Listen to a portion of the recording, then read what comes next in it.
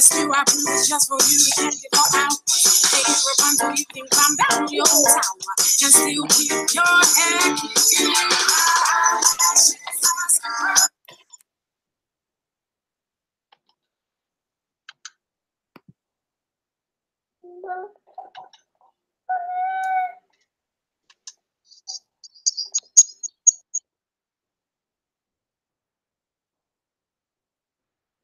Oh, you ready for me?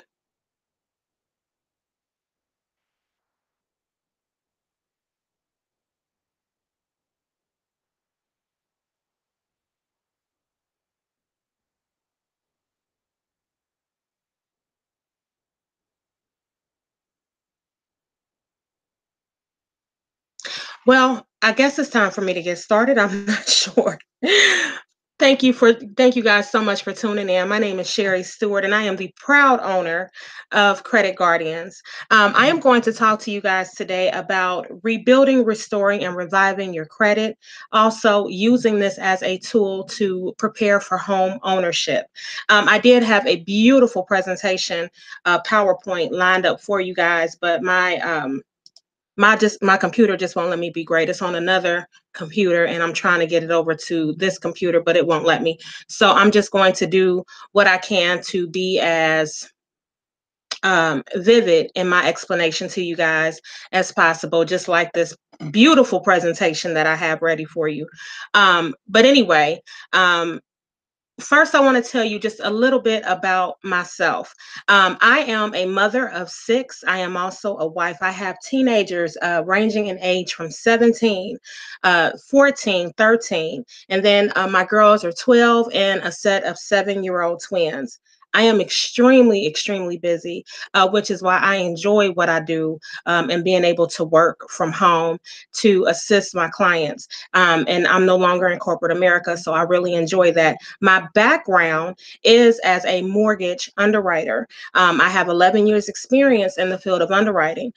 So what I've done is I've taken my experience in underwriting and I utilize that to assist my clients in their quest to rebuild and restore their credit. But then also, what I do, it has a bit of a twist to it, just simply because I do have that experience and that knowledge as a mortgage underwriter. So then I can help prepare them for filling out those loan applications for mortgages and whatnot, because I know exactly what lenders are looking for when you are attempting to qualify for a mortgage. So that is how I go about assisting and helping my clients rebuild, restore, and revive their credit. But what I want to talk about today, which is very important, and it touches a whole lot of areas. Understanding the 5 factors that make up your credit score. In understanding the 5 factors that make up your credit score, we're also going to talk about budgeting. Now, I do know that at about 125-ish, so probably in the next 15 minutes or so, we're going to take a brief intro or break. So I want to go through this, but I don't want to rush because I really want you guys to get a thorough understanding of what it is that I'm going to talk about here. I know that some of you are visual learners, and I apologize that I can't get this PowerPoint up and running for you so that you can see it, but I'll paint the picture real pretty for you. So if you guys have a pen and a paper handy, please pull that out so that you guys can take copious notes, because I want you guys to have a thorough understanding and walk away from this webinar knowing something that you didn't know before you came on, okay? So understanding the 5 factors that make up your credit score. Well, some of us, these questions can actually describe our situation. Are we are we slaves to our debts? Are we trying to find a way to get out of that debt? And are we tired of paying high interest rates for credit cards or car loans? A lot of times, the reason why our monthly payments are so high and exorbitant is because of those high interest rates. So we're trying to figure out a way to get those lower interest rates that we see advertised on TV, the 3.99% interest rates or the 7% interest rates. But a lot of us, we sit around with 24.99% rates or 27% interest rates. Ridiculous interest rates. So today I am going to teach you about how to quickly boost your credit score in 60 days simply by following the steps that I am going to outline for you here. Okay. Now, what you guys need to understand, how many of us have Credit Karma or what is it? Credit Sesame. I know a lot of us because they're free, right? They're easy to, get an account with. And the best part about it is they're 100% free. Okay. However, what a lot of us don't know is that the credit scores that show us what our scores are, or what was given to us, are Vantage scores on Credit Karma and Credit Sesame.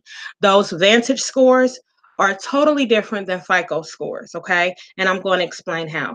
FICO score is a scoring model that is developed by the Fair Isaac Corporation.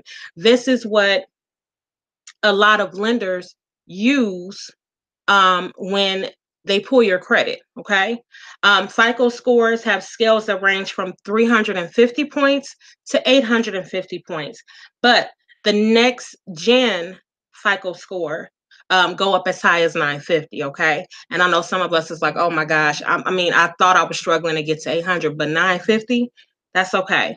Now, Vantage scores is a system that was developed by the big three credit reporting agencies, which are Equifax, Experian, and TransUnion. The Vantage scores have scales that range from 300 to 850. Okay. Um, Now, I also want to inform you guys that lenders use different FICO scoring models when they pull your credit. Now, one of the things I'm going to kind of take a pause real quick here and tell you guys about in the DIY Credit Repair Guide, which is the book that I promised to do a drawing for the first 10 registrants for today's webinar. In this guide, okay, I talk about and I define what the different scoring models are. There's a different scoring model for auto loan that auto lenders use. There's a different scoring model that mortgage lenders use. There's a different scoring model for credit cards. So there are several different types of scoring models. And one of the things that you can equip yourself with so that you won't, be surprised, or you can be prepared when let's just say you need to go and apply for a new car loan. Contact the dealership. If you know what dealership you want to go get your car from, contact the dealership, have a conversation with the finance manager, and ask that finance manager if they know, because some of them can't even answer it for you, but what scoring model is used. If they can tell you and educate you about that scoring model, then you can do your research and then prepare yourself accordingly. So then you can go and pull that credit report and see where you stand. That way you're not surprised when you walk in and you sit down with the finance manager and you do a credit application. Okay. All right. So moving on. Okay, I'm going to start talking about the 5 factors now. Now, the very first factor that's very important that makes up your credit score is your payment history. That makes up 35% of your overall credit score, okay? It is the largest factor that determines your credit worthiness, which is your payment history.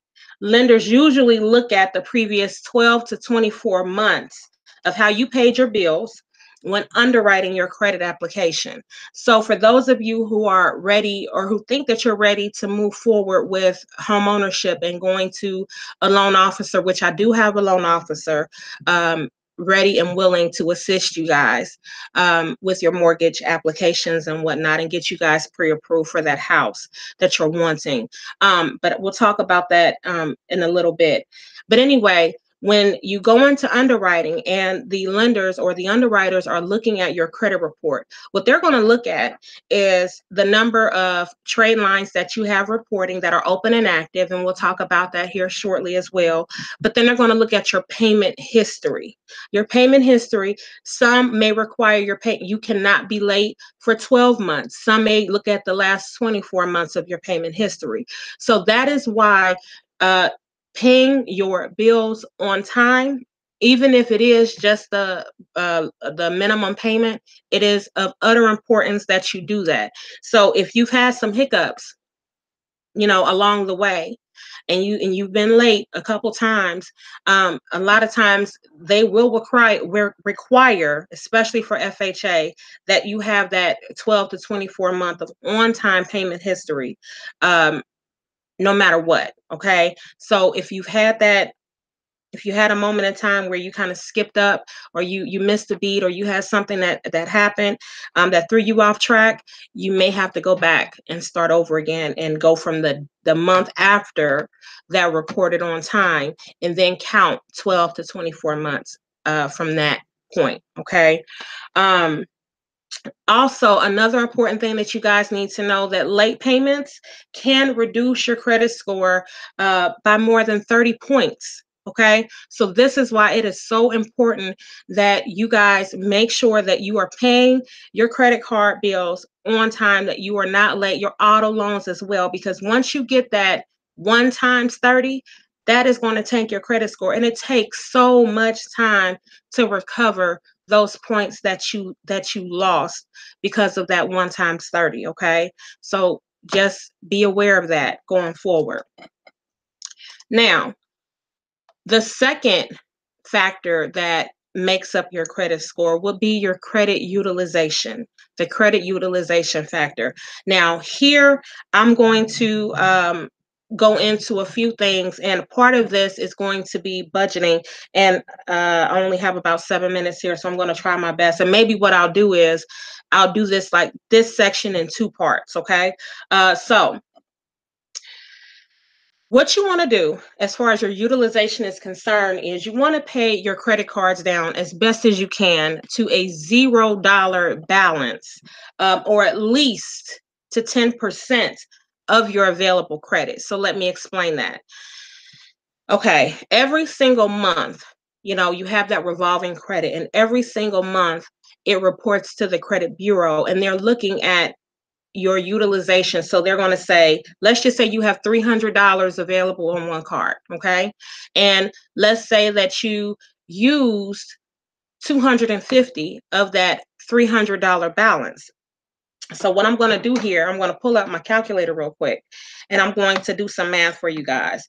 So $250 of a $300 balance means that you are 83.33% utilized. You're overutilized at that point. You never want to be over 10% utilized on a credit card on any given month. Okay. Why? Because that lowers your credit score. So you're probably scratching your head month to month, wondering, why in the world is my credit score going up and down, up and down, up and down like a yo yo? And that's because of that utilization factor. You'll find that your credit score will continue to increase every single month if you're able to maintain that utilization and keep it below 10%. Okay. Um, you want to use your credit cards as leverage to pay your regular monthly bills, like your monthly expenses, like your gas, your cell phone bills, your car insurance, your utilities. You want to be able to use those credit cards as leverage. So, what do I mean by leverage? Okay, so here we go, talking about the budgeting section just a little bit. Um, okay, so every single month, or every single week, or a week, or bi-week, or semi-monthly, you get paid. Okay, and most of the time we pay our bills based on the next time we get paid. If you have a credit card where you have a limit, let's just say $300. Okay, let's just say $300. You have a credit card that has a credit limit of $300. What can you do with that credit card? And all of this is going to tie back into home ownership, or preparing for home ownership. So I hope you guys are following me here. Okay, so you have to buy gas, right? To make sure you make it to work every day.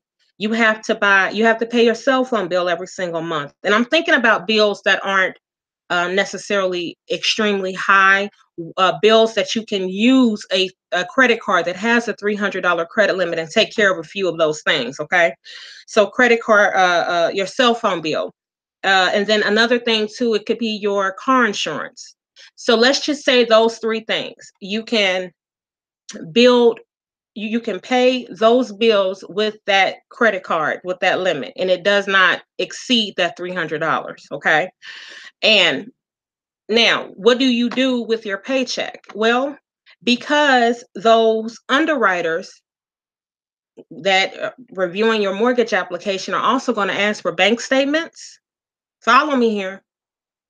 One of the things that they're looking at, they're not only trying to verify that your paychecks are going or being deposited into your bank account, okay? They're also looking at your average daily balance. Your average daily balance, which is that might be something that we overlook when we're looking at our bank statement. So we may not even look at it at all. But that is what underwriters are looking at when they are reviewing your bank statements. They're looking at that because they want to see, is this person living paycheck to paycheck? Does this person have disposable income?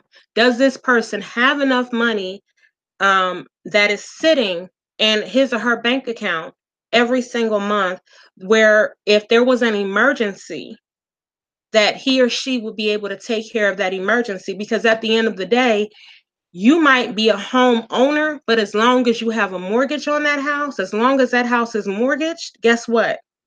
It really belongs to the bank, which is how they can go back and take that house away from you if you don't make your payments. Okay. So they want to know that if the furnace goes out or a pipe bursts, is she or he going to be able to pay that homeowner's insurance? What do you call that? I can't even, that deductible. That deductible, he or she are going to be able to pay that deductible so that you can go have that fixed, so that that house is not flooded, so that that bank does not take a loss on that property. Okay, so that is what they're looking for. Now, I'm just trying to keep, I got 2 minutes here. So with that being said, that average daily balance is really important. So you want to have your paychecks go into your bank account and sit as long as you can have it sit. So what are you going to do with that money that you've now taken out of your that you set aside of your paycheck, and you've taken that same money that you would have normally used from your paycheck to pay your cell phone bill, to pay your insurance bill, and to pay your cell phone bill? You're going to let that money sit in your bank account until it's time to make that payment. Okay. So then that way, that average daily balance is now growing over time because that money is sitting in your bank account longer. Okay. So that's really important. That's key. But now you're going to make sure that you make your payments, of course, by the due date, because you don't want to miss that. You don't want your phone to get cut off. You don't want a late fee and all of that. So that's really important. So I have about 1 more minute. Let's see. The other thing too that's really important for you guys is you only want to spend on your credit card what you can afford to pay off every single month. So with that, we're going to take a pause for the calls and take a little break here, and then we'll be back here in just a couple minutes.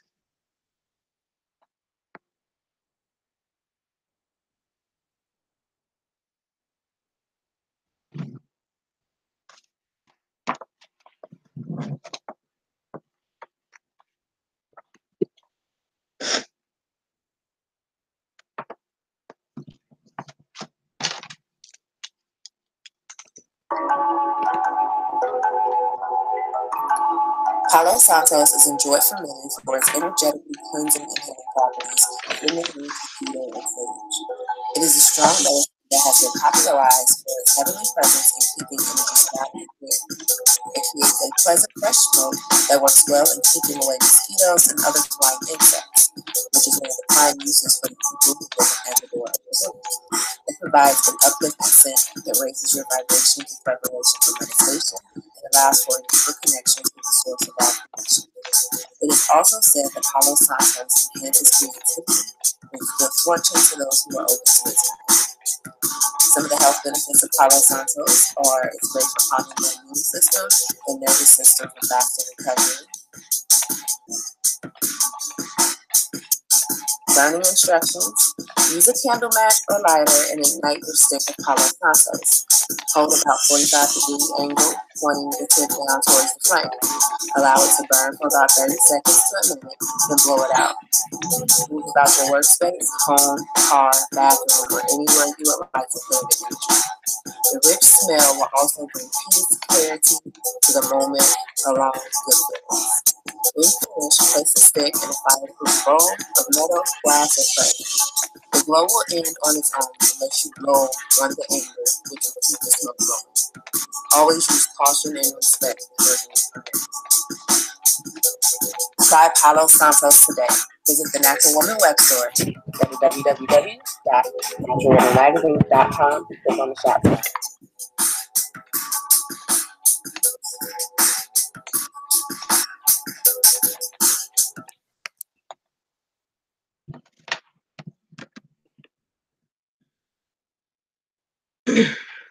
With the singer, and we bout to get lit, and we bout to get lit, and we bout to get lit.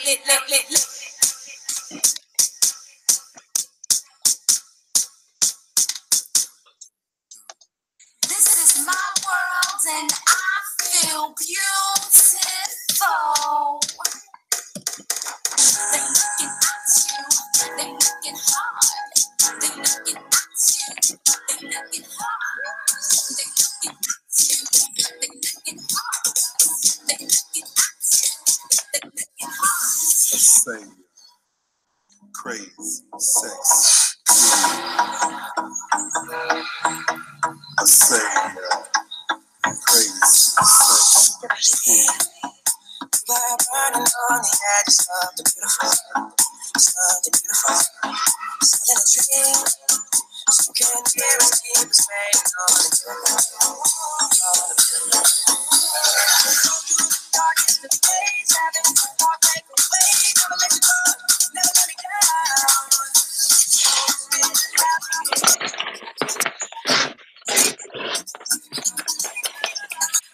Asayas Boutique. Crazy, sexy, cool. Shop today. 9400 Reading Road, Cincinnati, Ohio, or visit asayasboutique.com.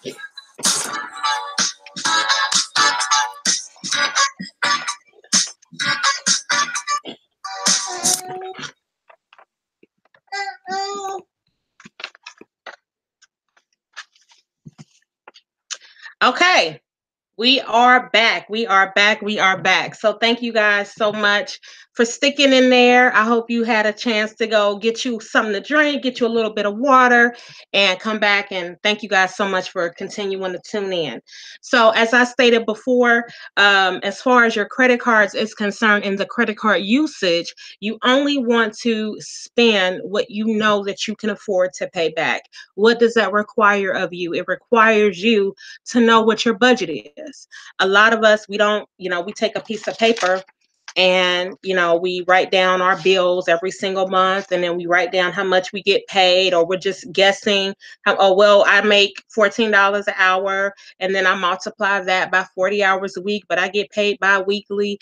We don't really know or understand exactly how to calculate our income. So we're overestimating how much we earn, and then we're underestimating how much our bills are. You understand what I'm saying? We overestimate what our bills are and underestimate what we make, or vice versa. Okay.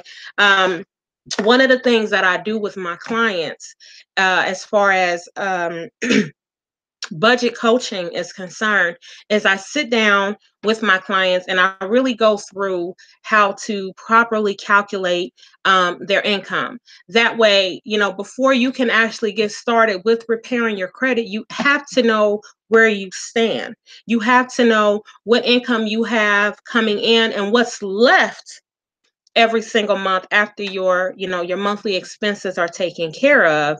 And then you're able to paint a better picture as to, okay, this is how much disposable I have left so that I can go and, because let me tell you this, you guys, when you're in the process of repairing your credit, you're going to have to pay something off. There's just no way of getting around it. Okay. So you need to prepare accordingly for paying your bills off. You have to prepare. And you can't do it if you're living paycheck to paycheck. And oftentimes, you guys, you think, well, I don't have the money for it. I don't have the money to do what you really need to do. But in reality, you do. Because if you make a momentary sacrifice, so that you can get to so that you can reach your ultimate goal, then you can do it. You understand what I'm saying? Oftentimes we don't prioritize accordingly. And so that is what I help my clients who want budget coaching to achieve. They're able to achieve and paint a better picture and have a thorough understanding of not only how to calculate their income, but also how to take control of their finances. You have to. If you don't take control of your finances, then repairing your credit is going to be a moot point. Why is it going to be a moot point? Because you're actually going to end right back up in the same place where you started. Okay? Because what has to happen? Your mindset has to change, and so does your behavior. If you don't change your spending behavior and your mindset, you're only going to end up probably worse than you were when you started. Because a lot of people are just repairing their credit so they can get credit cards, and then what do? They go back and then they spend the money or they max out their credit cards. And sometimes these people are able to obtain credit. I've seen clients of mine who, I've worked with and fixed their credit. And then they were able to go out and obtain credit limits of like $20,000, $30,000. And then they go and they max it out when before they didn't even have that. Okay. But now they have a thorough understanding of, how to get out of it, because I work hand in hand with my clients to teach them the ropes. However, now they're in a position where, oh my God, now I think I might have to file bankruptcy because I'm in over my head with this debt. Okay. Um, so that is the whole reason why I'm saying to you guys, you have to get a handle on your finances first. That should be your priority first. Get a handle on your finances and do your work. Do your work. And you might have to really, have a reality check. And that is what I do with my clients who sign up for budget coaching. But I also do the same thing with my clients who, want to work with me to repair their credit as well. We have those hard conversations. We can't get around it. So moving on. Now, you want to make sure that you're paying your credit card bills by the end of the closing cycle date. Okay, pay it off by the due date. No, the closing cycle date is totally different than your due date. Okay, it is on your statements, and for those who don't know, or if it's not on your statements, for those who have credit cards that don't show the closing billing or the closing billing cycle date on your credit card statements, call your credit card companies and ask, when is the close of the billing cycle for my card? And ask them that. And it may be the same as the due date, but generally speaking, the billing cycle closing date and the due date are two completely different dates. The billing cycle date ends before the due date typically. Okay, so why do I want to pay my credit card off before the close of the billing cycle date? And this tip that I'm getting ready to give you guys only works if you're paying your card down to a zero balance every single month. Here's why. You're going to save money on that interest. Okay. So if you have a credit card where your interest rate is 24.99%, after the close of that billing cycle date, if you use all $300 of that credit limit that they give you, they're going to then charge that 24.99% interest on that $300 balance now that you have. Okay. So sometimes those are things that we're not even thinking about when we're doing our budgets either. We're not factoring in the costs, the interest rates that we're paying when we don't pay our bills by the end of that billing cycle date. Okay.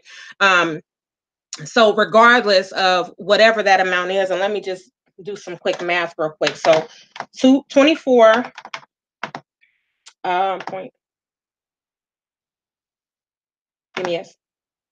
Okay, so that's 74, almost $75 worth of interest that, they're charging us every single. So that's an extra $75 that we have to come up, or that's being tacked on to our bill.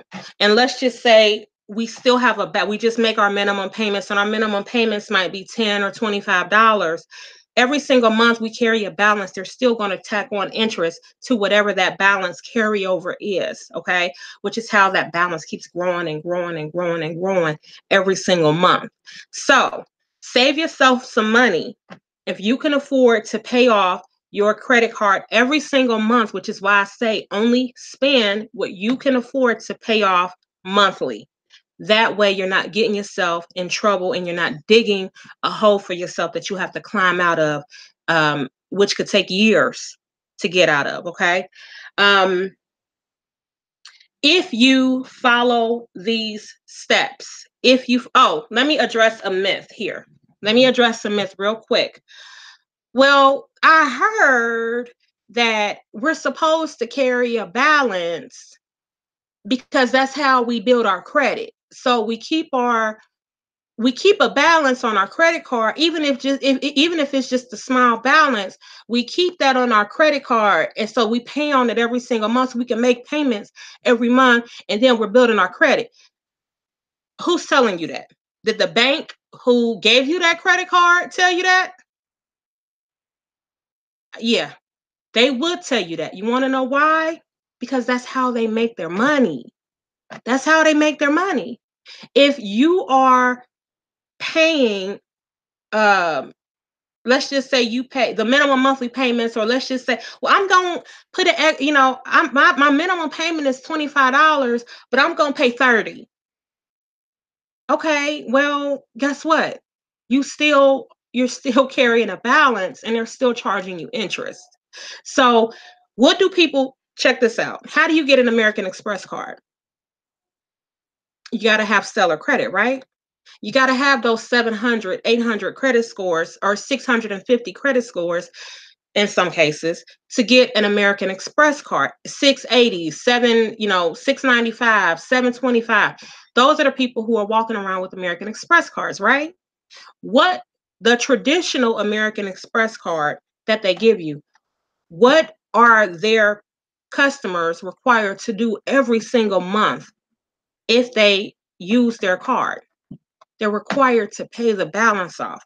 Do you think that those people who are paying their balances to $0 every single month are getting a hit with their credit score?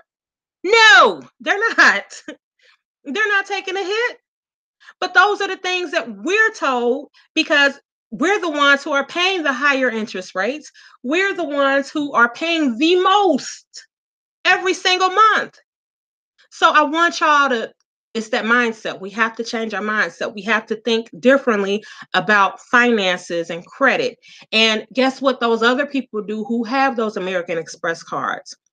They use their credit as leverage. And that is what we need to get hip to. Okay. I'm trying to put y'all on to some game today. Now, if you guys follow these steps and you use your credit utilization properly, okay, you could see your credit score increase by more than 30 points. You really can. Okay. So that, I would say, besides your payment, I mean, paying your bills on time is really important, but this right here,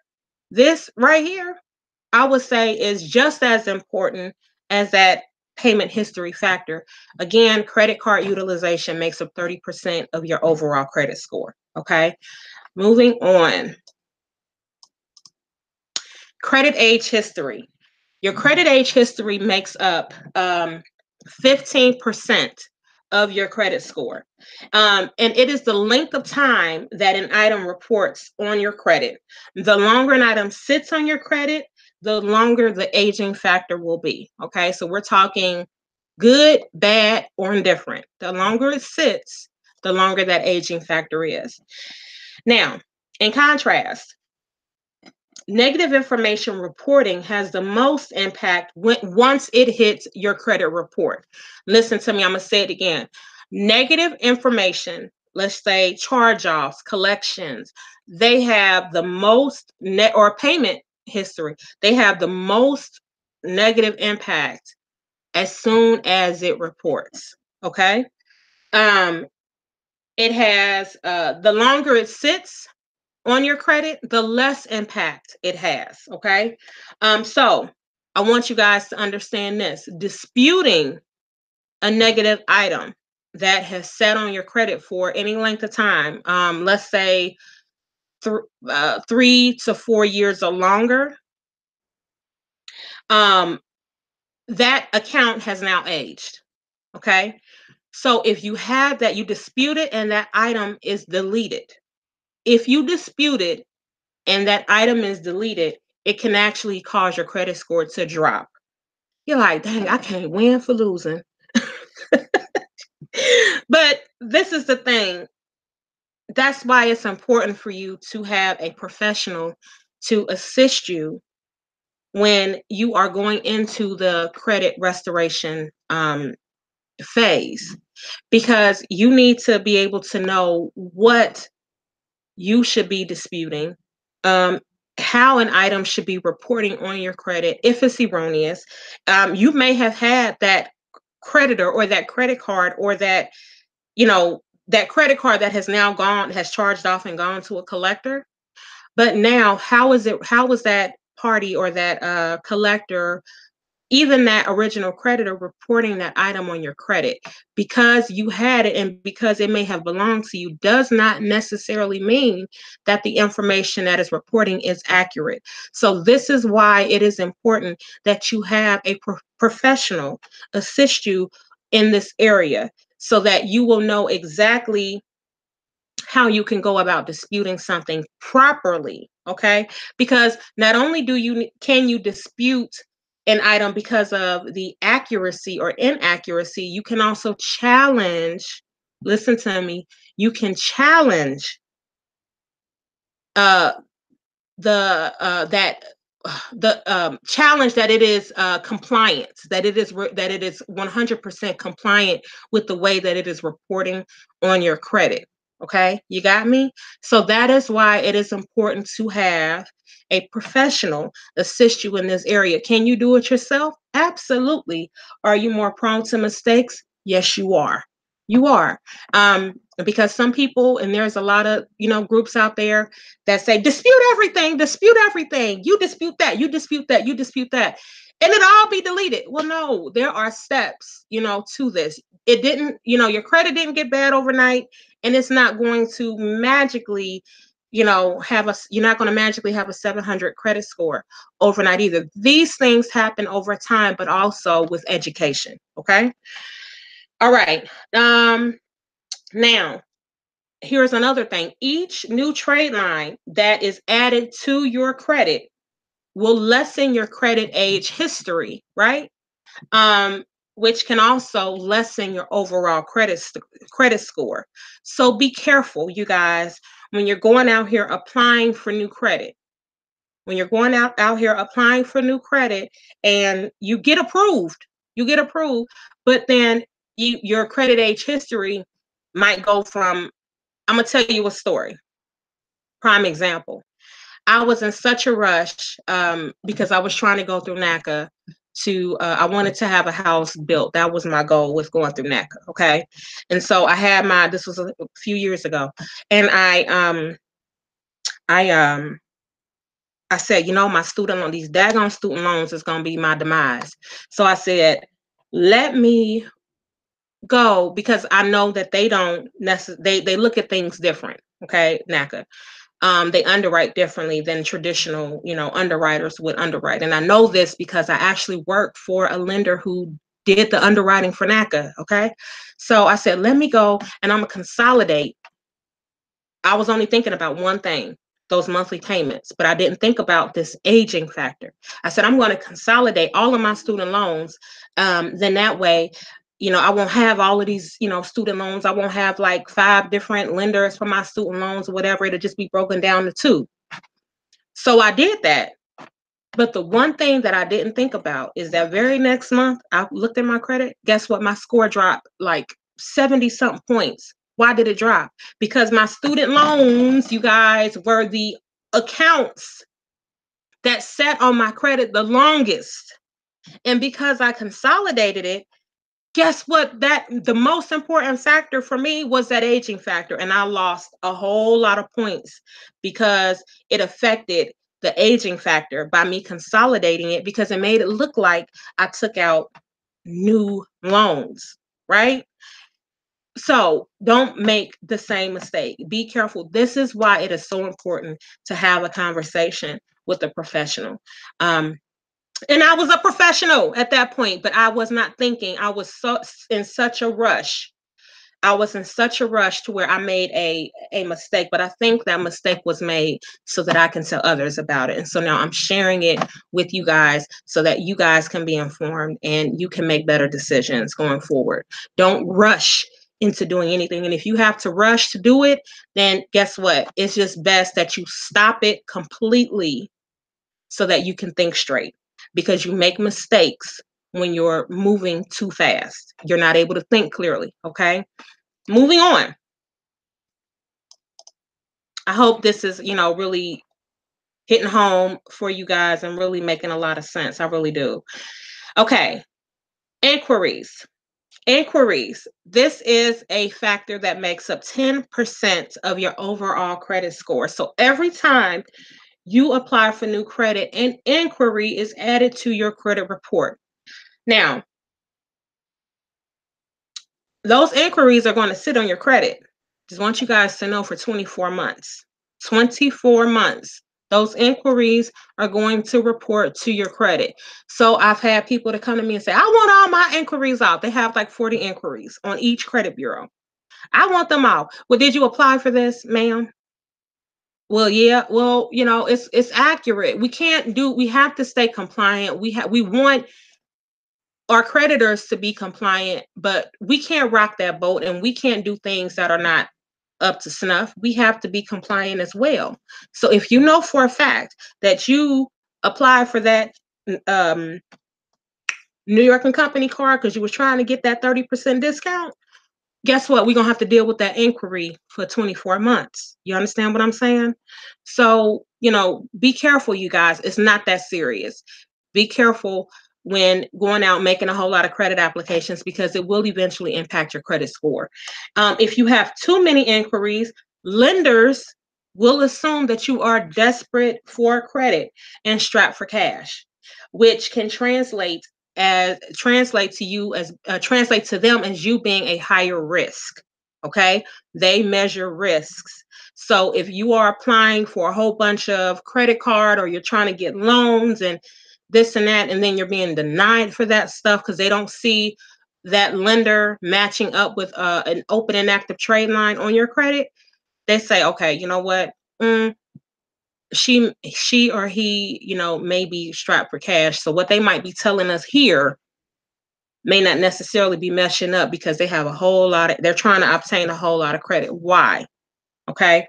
That can cause you to be denied.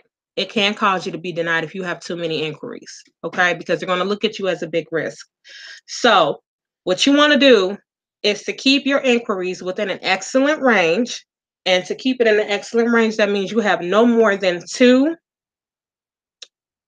credit applications per year. So really only apply for the things that you absolutely need. Only apply for the things that you absolutely need. Okay. All right. Okay, let's see. The next factor is credit mixture. Credit mixture is the type of trade lines that are reporting on your credit, such as mortgage loans, installment loans, auto loans, student loans, bank issue credit cards, and department store credit cards. A mixture of credit shows lenders that you can handle different types of credit. So a good credit mixture consists of credit in each category or a combination thereof. So you want to make sure when you are when you go to apply for a home, they want to see that you have, 2 to 3 credit cards, like open and active credit cards. And then, you might want to have an installment loan, which could be your auto loan, right? And then also your student loans. They want to see that you have about 3 to 4 open and active trade lines, which shows them that you can handle different types of credit. You have a good credit mixture. Now, if you lack credit in any of these categories listed, then you may want to consider adding that type of account to your credit to maximize your score potential, because you can lose if you don't have your credit in certain buckets. You can lose points because of it. Okay, so keep that in mind. And if you are one of those individuals that actually need help obtaining new credit because you have already gone through the restoration process, um, or the repair process, now you're in the process of restoring your credit. Now you might need to have some trade lines. There are some alternative trade lines that are out there, and we can talk about that if you guys want to reach out to me about it. So let me move on. Okay, so I want to recap. I'm going to recap real quick. 5 factors that make up your credit score. 35% is your payment history. 30% is your credit utilization. 15% is your credit age history. 10% is inquiries. And then the last 10% is your credit mixture. Those are the 5 factors that make up your credit score. Okay. Now, let me tell you just a tad bit, because we're getting close to closing out here, and then we're going to do the drawing for today. Like I promised, we're going to do the drawing, and we're going to give away a free DIY guide. Now, our mission about Credit Guardians, I want to tell you what we're about. Our mission is to rebuild, restore, and revive the dignity of those who lack credit education and financial literacy, in an effort to break the cycle of generational indebtedness and to create a consciousness of building generational wealth. Um, One of the ways to teach this is by teaching you how to use credit as leverage while building the income to obtain wealth and or create a a lifestyle of financial support and moving away from the financial struggle. Okay, so that is our mission at Credit Guardians. I do have several different services that is provided. We do credit consultations. Okay, we also do credit analysis and overviews. In this, you get an in-depth report of the items that are reporting on your credit that actually need repair. Okay, that need attention. And then from that, we will create a blueprint that of the actions that we need to take in order to move you forward to get those inaccuracies or erroneous items off your credit and to rebuild your credit properly. Um, Now, in that analysis overview, we're going to discuss that blueprint. We're going to talk about those things that what we need to do to get you um, going in the right direction. And if your goal is home ownership, then that is how we're going to focus on your credit repair. Now I do have a dispute letter service. The dispute letter service is where we come together to, once we identify those erroneous items or those items that need attention that are reporting on your credit, um, in that analysis overview, that we prepare letters, and then we send it off to the creditors, the credit bureaus, the collection agencies, we challenge those items that are reporting and how they're reporting. That's what we do. Now, this is a monthly service, but it is only $50 a month. Okay. Um, it, that's a very, very good price for credit restoration. Now, that you don't sign a contract for that $50 a month, it is month to month, so it's for as long as you need it. Now, the Ultimate DIY Credit Repair Guide is one. If you're one of those people who want the challenge of repairing your own credit, but you need guidance, we can give it to you. I have a penned the Ultimate DIY Credit Repair Guide.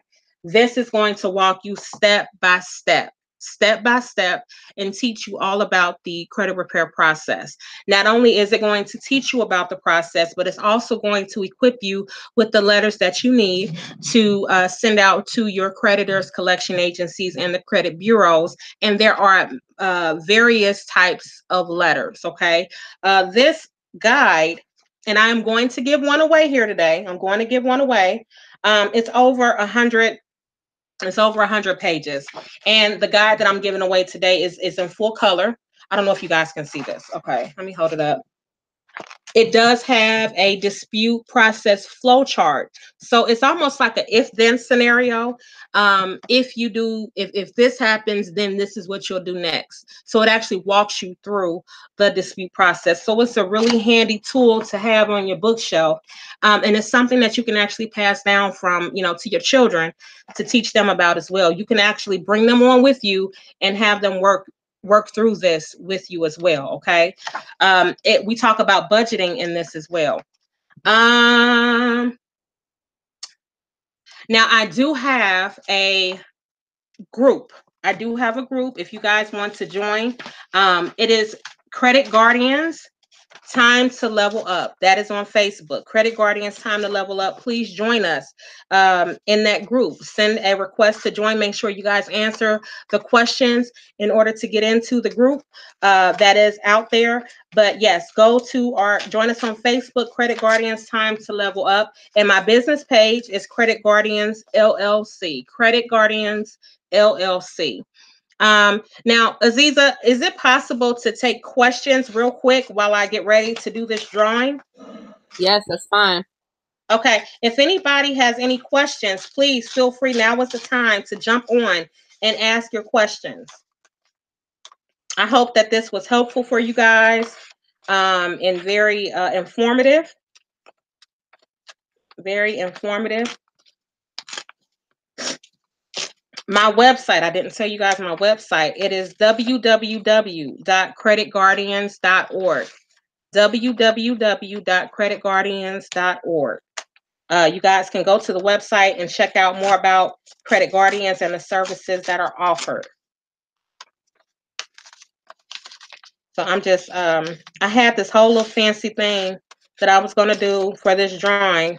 But again, my computer wouldn't let me be great. So I just had to write everybody's names down on a piece of paper. And we're just going to do this the old-fashioned way. All right. So if nobody came on, I'm going to take the 10 names for the first 10 people who registered for today's webinar, and I'm going to throw them into a container, and I'm going to pull a name out of the container for someone to win a full color copy of the DIY guide. Okay. So give me 1 second, you guys. 1 second. I'm going to throw this here in this box right here. All right. I have everybody in this box. I'm going to shake up this box here real good. And I'm going to pull a name out of the box. And today's winner is Deborah Canty. Deborah Canty. Deborah. You are today's winner of the Ultimate DIY Credit Repair Guide. So please reach out to me, Deborah. Send me your mailing address so that I can put the Ultimate DIY Credit Repair Guide in the mail and send it off to you. Okay? Please do that. Please do that. Please reach out to me, Sharry Kaylon on Facebook. Reach out to me or go to my business page, which is probably better, Credit Guardians LLC. Send me a message on my business page. But I thank you guys so much for tuning in. If you guys have any questions or if you're interested in a service, please reach out to me.